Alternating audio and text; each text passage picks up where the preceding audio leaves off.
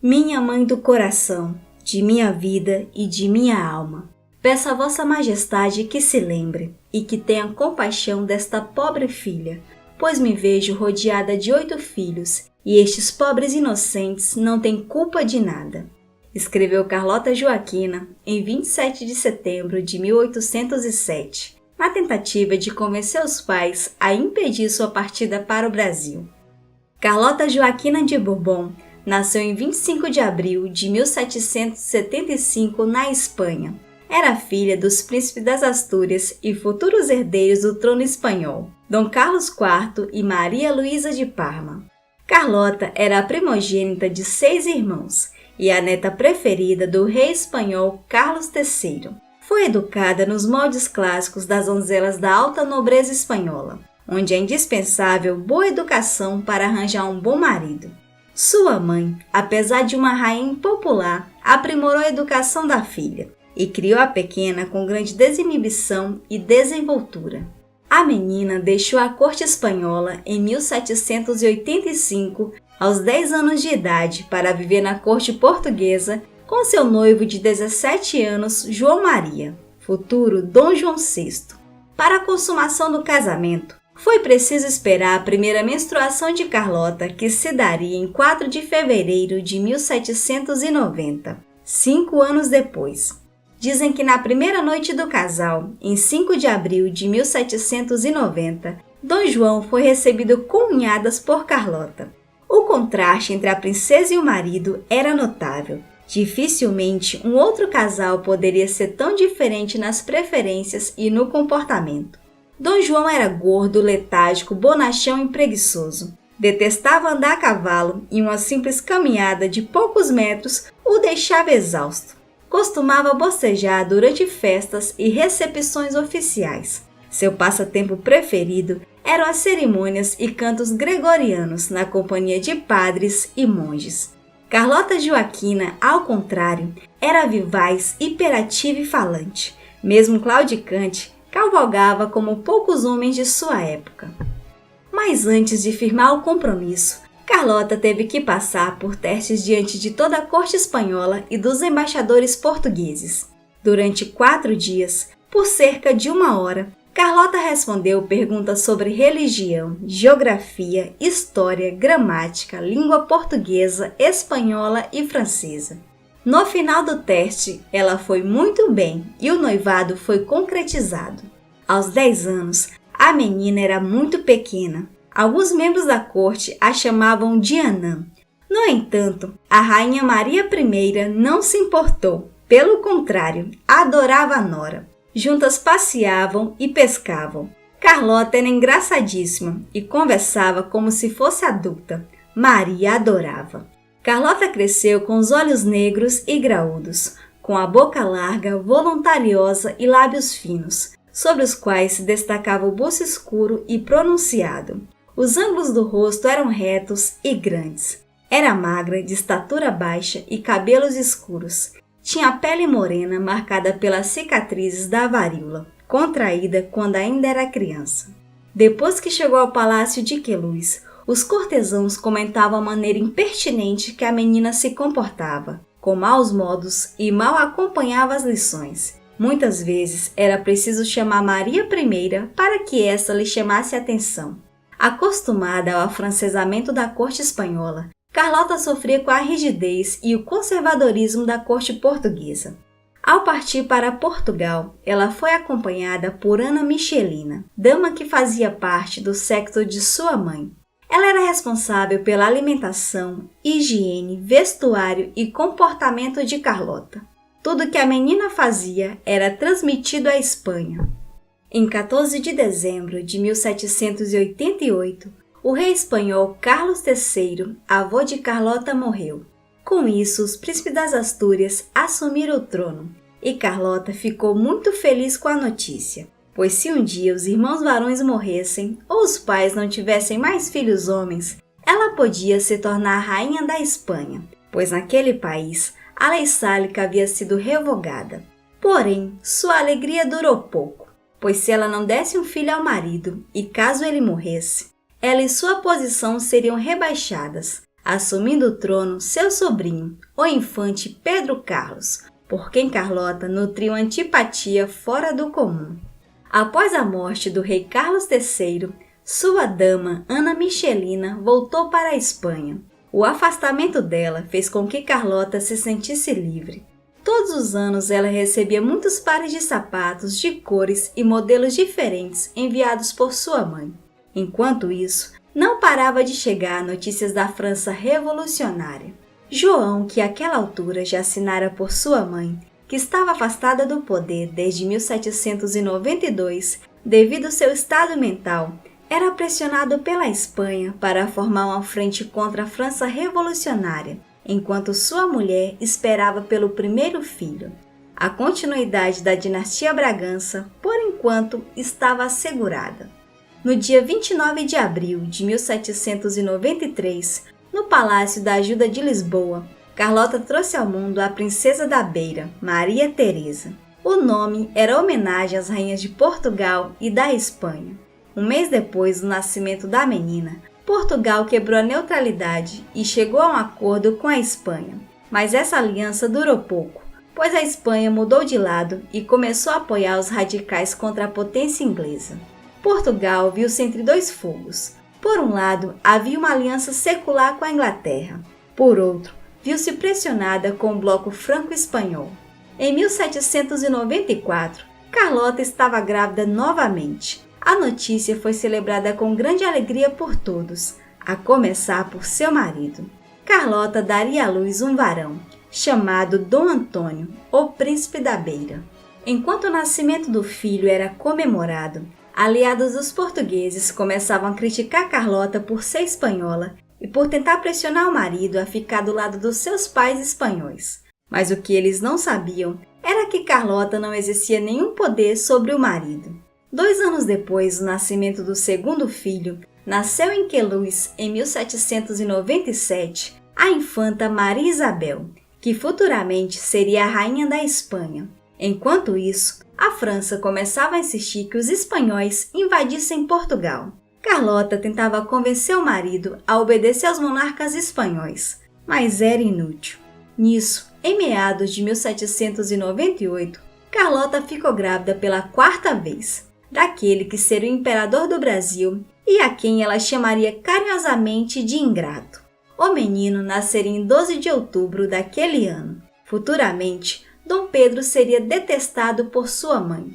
Enquanto isso, o exército de Napoleão avançava pela Itália e pela Áustria. Em pouco tempo, isso se transformaria em motivos de preocupação na Península Ibérica. No entanto, Dom João ia contra a lógica, duvidando da derrota inglesa. Carlota se desesperava pela falta de poder sobre o marido, além da inevitável decepção de seus pais.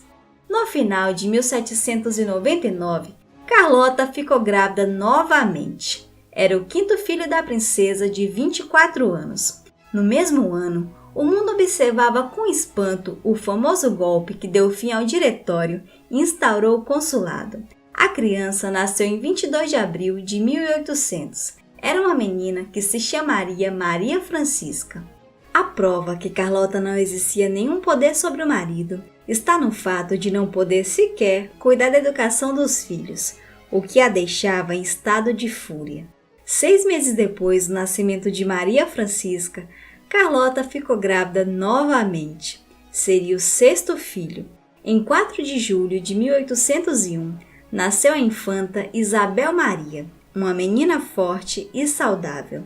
A grande alegria seria diminuída com a chegada de notícias da Espanha. Portugal corria perigo. Carlota sabia que o motivo que seu pai ainda não havia invadido seu território era por sua causa, mas isso a colocava em uma situação muito difícil, pois se isso acontecesse, ela teria que escolher um lado.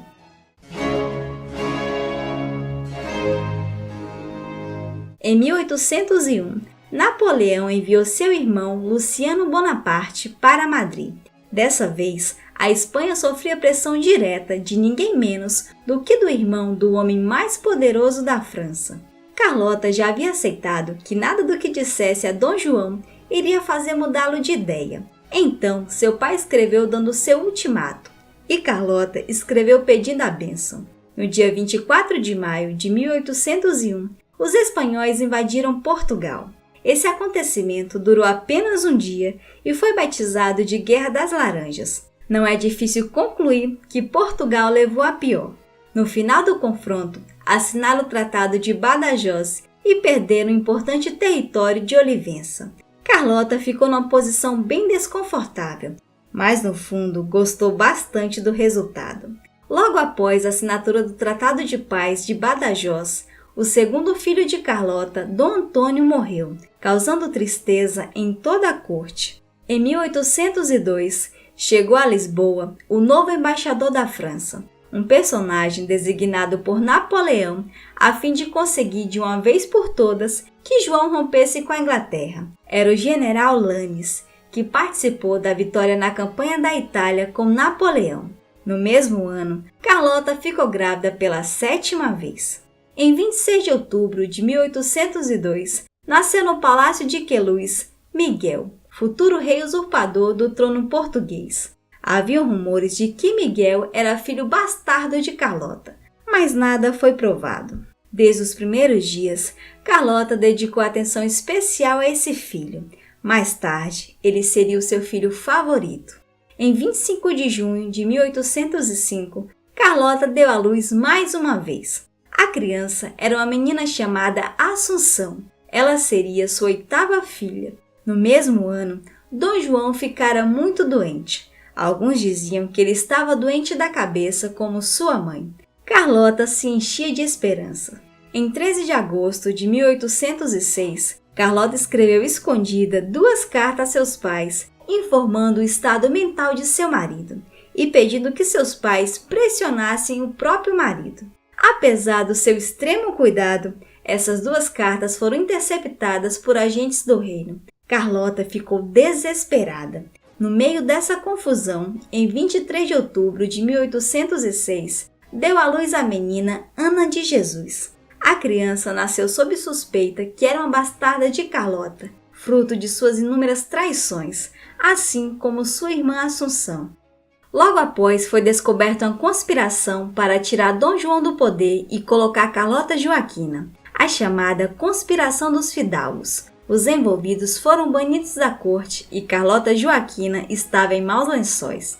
O divórcio foi cogitado, mas tê-la como inimiga morando na Espanha era muito perigoso para o futuro de Portugal. Por isso, Carlota foi afastada completamente dos negócios do reino e da cama do regente.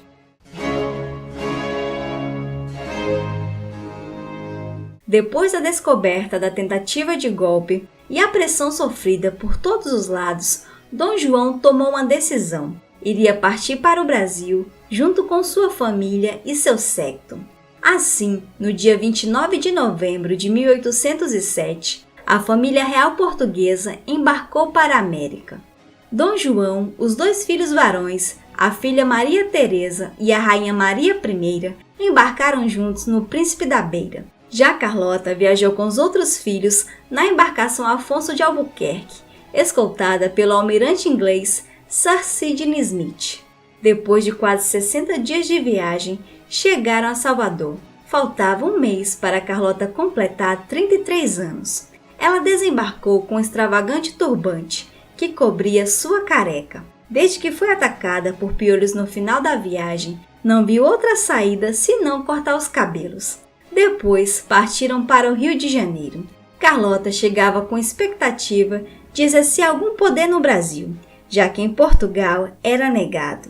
Quando desembarcaram, os sinos das igrejas tocaram e no cais teve uma missa de agradecimento. Terminada a cerimônia, a família foi assistir a outro evento religioso mais formal.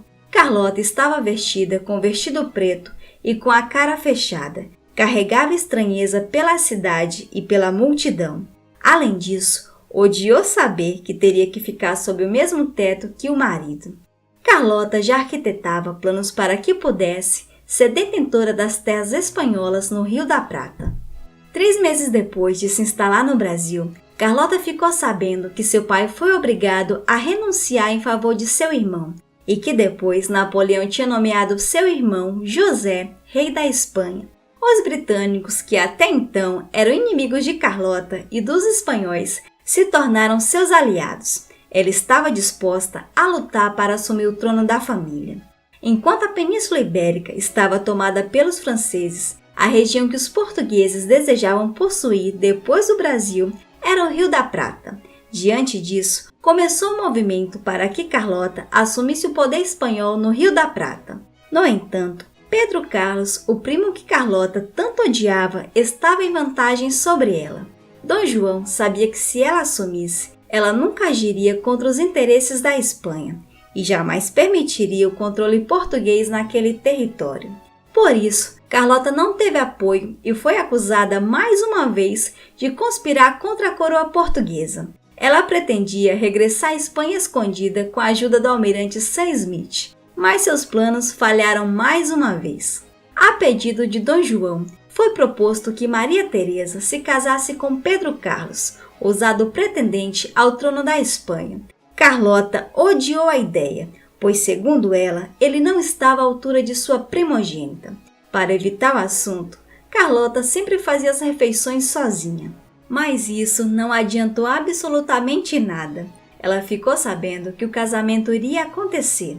Ficou tão furiosa que disse que preferia tirar sua filha num poço antes de vê-la casada com Pedro Carlos, seu primo.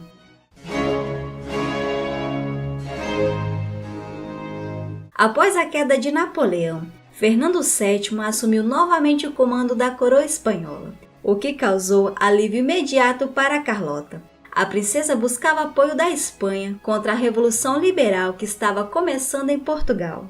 Houve uma negociação e a volta de Carlota Joaquina com as filhas para Portugal era quase certa, se não fosse a morte de sua sogra dias antes. A princesa ficou bastante sentida com a morte da sogra, porém decepcionada, pois isso significava um atraso.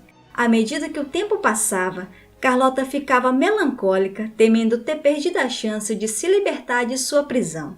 Para piorar seu estado de humor, nesse mesmo período começou a negociação do casamento de Pedro com a arquiduquesa Leopoldina de Habsburgo. Desde o início, ela se mostrou contra esse enlace, mas não restavam dúvidas de que se tratava de um acerto do ponto de vista estratégico.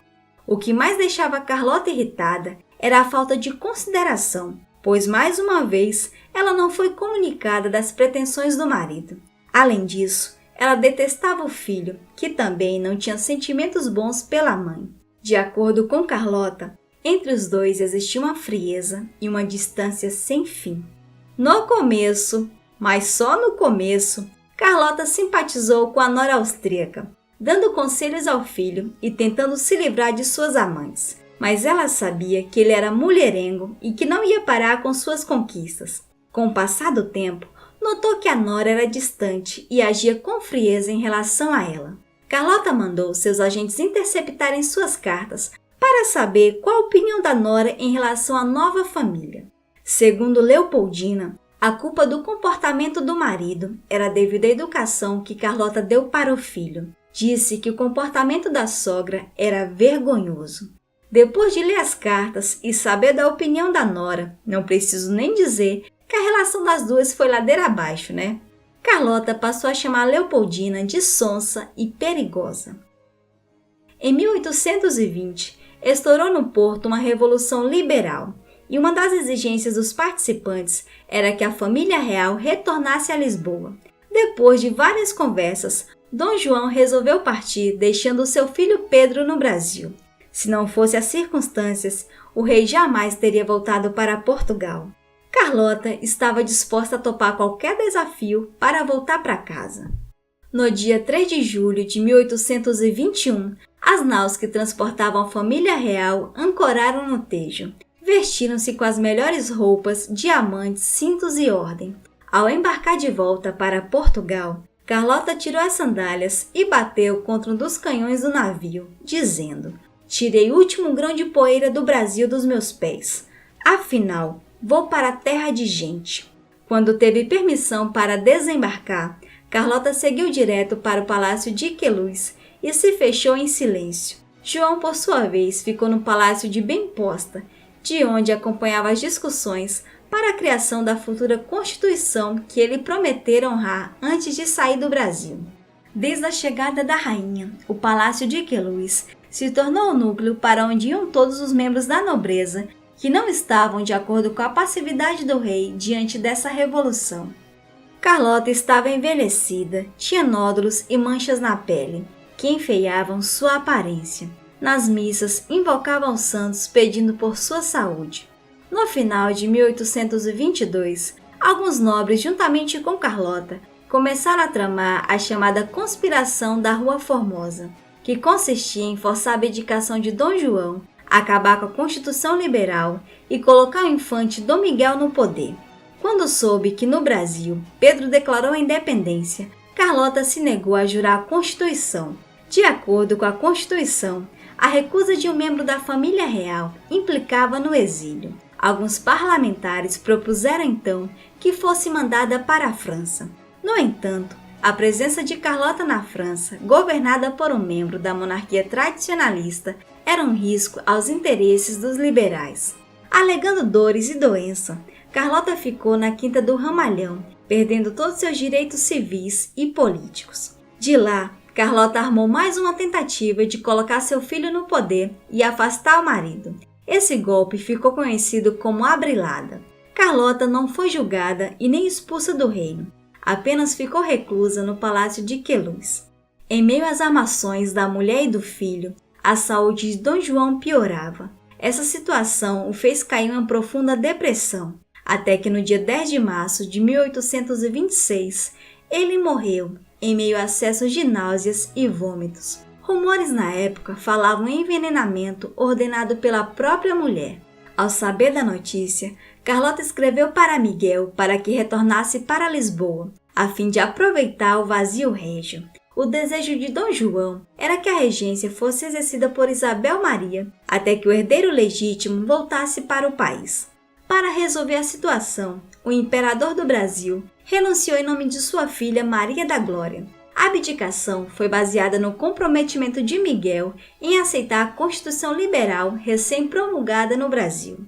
Desde a morte do marido, Carlota imaginava que seria fácil tomar as rédeas de todos os membros da Casa de Bragança, menos, é claro, do imperador do Brasil.